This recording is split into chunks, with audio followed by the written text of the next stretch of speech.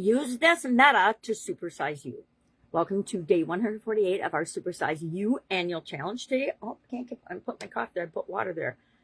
Today we're talking about thinking about our thinking. Metacognition is the thing I'm referring to today. And metacognition just means our thinking about our way of thinking, or our thinking about our thoughts, or thinking about our thought processes.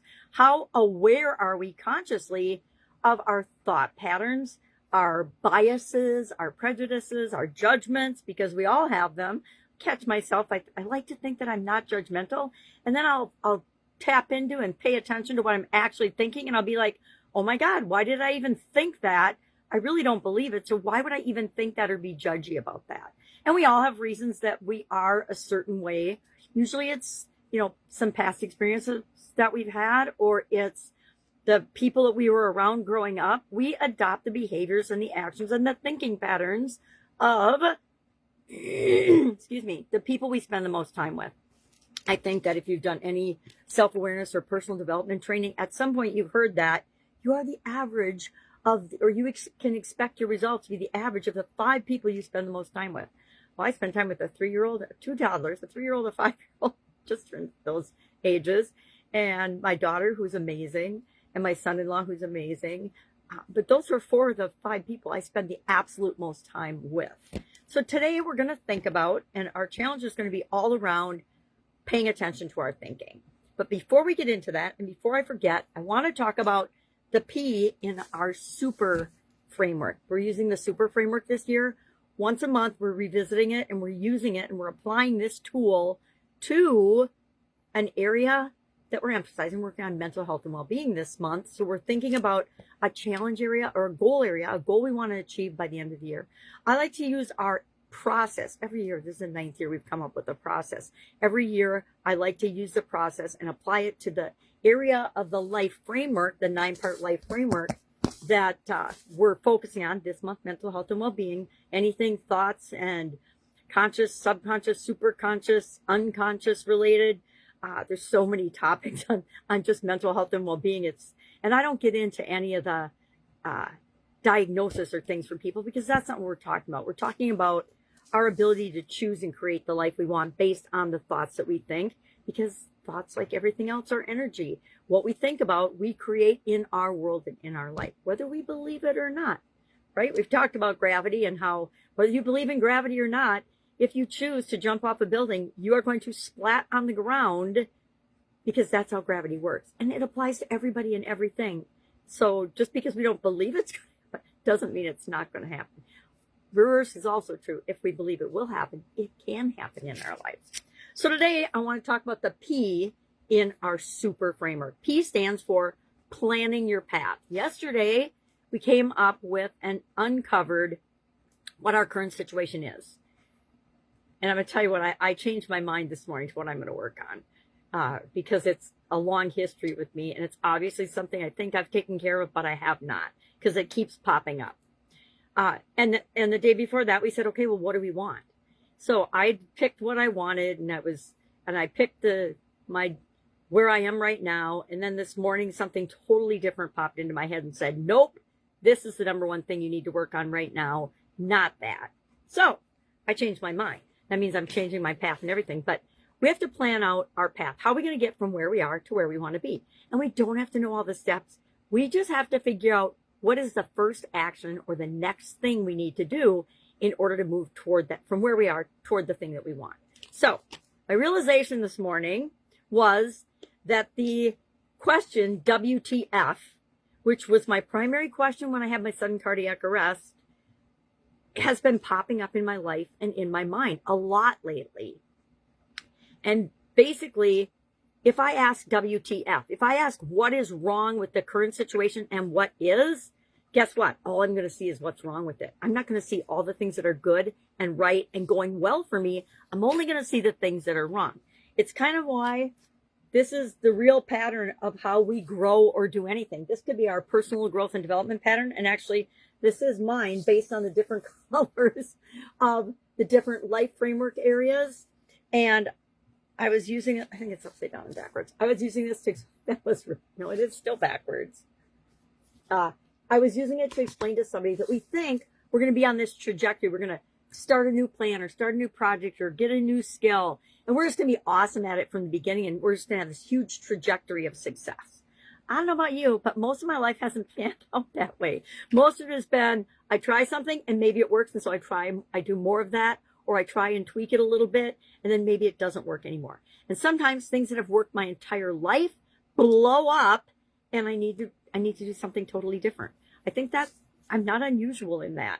So today we are going to, in addition to thinking about our thinking, which we'll get into in a bit, we are going to identify and plan the next step we're going to take. And we're going to take that action in that step today. So mine is to analyze and look back for patterns as to why WTF. If you don't know what that means, just ask me. I'm not saying it out loud. I say it enough in my head that for some reason. So I think it's because I'm working on a challenging project that I'm a little afraid of and a little out of my comfort zone. Okay, a lot out of my comfort zone. And so as part of that project, I'm trying to set myself up to stay the same and stay in my comfort zone, which is not what I actually consciously want, but my subconscious always wants to keep me safe. So it's like, nope, you're not going to do that. You're not going to try that. You're going to say it doesn't work for you so that you don't even do the things that you know you need to do in order to follow the process for it to be successful for you. Anybody tracking with me on this? So today, plan the first step and take that action today to go from where you are to where you want to be. And for me, mine is really becoming more self-aware and looking back a little bit at the patterns of when and how has this snuck back into my life? Because I don't want this to be in my life. And then I'm removing it. That'll be my continued action item and replacing it with something better, right? After my sudden cardiac arrest, I actually worked on that. I learned about primary questions from Tony Robbins. And I'm like, well, what is my primary question? And it was, I woke up and the first thing that came out of my mouth was WTF, in the hospital in a coma. I'd been in a coma and they turned off the ice machine and thawed me out and I've already been resuscitated, but I was in a medically induced coma to protect my organs while they chilled and my heart healed and things. So when I was reading and working with the Tony Robbins stuff, I was like, oh my gosh, I totally know what my primary question was. And it was, I had never really been consciously aware of it before, but I was living out of the WTF. And if you're asking WTF all the time, you're assuming something's wrong. And if something's always wrong, guess how you feel? Frustrated, short-tempered, short-fused, on edge, anxious, nervous, or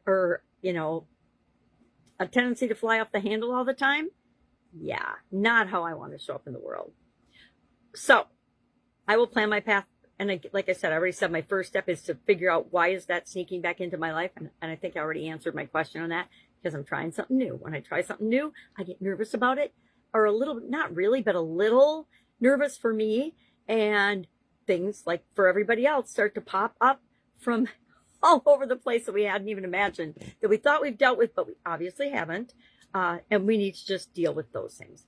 All right, let's talk about metacognition. What the heck? I don't think I've ever heard this term before, and I've definitely never talked to anyone about it before.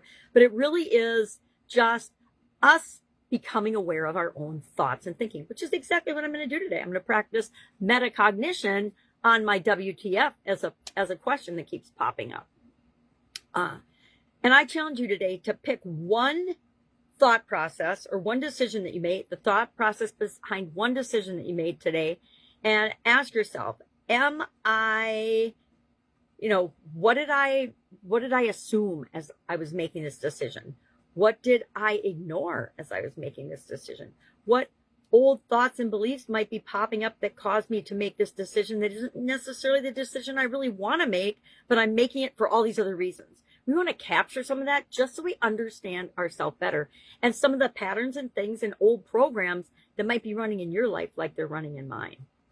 Because now's the time to work on those, right? And say, okay, well, I understand how I picked up that belief and I thought I wasn't good enough, or I thought I couldn't afford it, or I thought I had to eat McDonald's lunch every single day, whatever it would be, whatever decision you make. Maybe it's, what you're going to have for lunch today. And then you go and you have it. And you're like, well, why did I go to McDonald's again today for the 300th time in a row? Why did I do that. And what thoughts am I telling myself about that? Am I saying, oh, I just eat a happy meal every day for lunch because it makes me happy and I love the little toys? Whatever it is for you. That's a really funny example. I remember being so delighted when my kids outgrew McDonald's and Happy Meals and I didn't have to go there anymore. Love, no offense to McDonald's. They serve a purpose, but not necessarily in the best interests of health and humanity. All right. So I actually wrote WTF in my notebook this morning because I'm like, oh my gosh, I definitely need to work on that. Are you aware of your thoughts? How often do you think you're aware of your thoughts? How much better do you think your decisions would be if you were aware of your thinking processes? Hey, this is the pattern I go through whenever I have a challenge. Hey, this is the pattern I go through whenever I have a challenge. Why? Because I know it's going to give me the best possible results for whatever challenge or setback or obstacle or situation I find myself in. I've used it for years, but I didn't name it and claim it until 2020 when we were all in lockdown. I'm like, all right, what am I going to do? I got to figure out a way to get up and go and keep moving forward. Lucky for me, I'd already been on the internet for several years, and I knew that it was available even if most of the world was shut down. And so for me, it became the Get Up and Go Challenge, 31 plus day challenge every other month during a 2-year period, 2020 and 2021, because the little pandemic that we were going to be shut down for 2 weeks ended up being more like 2 years. And I think we're going to see the ramifications of that incident and time in history for decades to come. I think it's had a huge, profound impact, positively on some. I would contend negative on about 80% of the population. That is just my opinion. It's a Pareto principle, so I'm going to stand by it. And I bet if somebody were to study it statistically, they would draw the same conclusions. Anyway, I digress. Today, pick a decision. After you've already made it, try not to think too much about it today, except for I'm going to intentionally. And then just look at what patterns, what do you use? How do you decide? You know, what are you, do you weigh the pros and cons? Do you just do what's fast and convenient? Do you just do what's in alignment with your beliefs? Hint, hint. Most of us just do what's in alignment with our beliefs, and that's how we make decisions and choices. And then we have to say, okay, well, yeah, I believed that when I was 6. Yeah, it was true for me then, but is it true for me at 66? Not much of what I was 6 is still true for me at 66. I guess my curiosity and my desire to grow and learn and be a better person is, but otherwise, yeah, changed a little bit in 6 decades. All right, if I can help you anyway, if you have any questions, please reach out and ask. Otherwise, have fun with this challenge. I think that there are little things we do every day that make a profound and positive impact on our life, which allows us to go out and make a profound and positive impact on the lives of others. And that's what we're all here for, right? Make the world a better place, be the best possible version of ourselves. That's it. All right, have an amazing day, and I'll, of course, be with you tomorrow.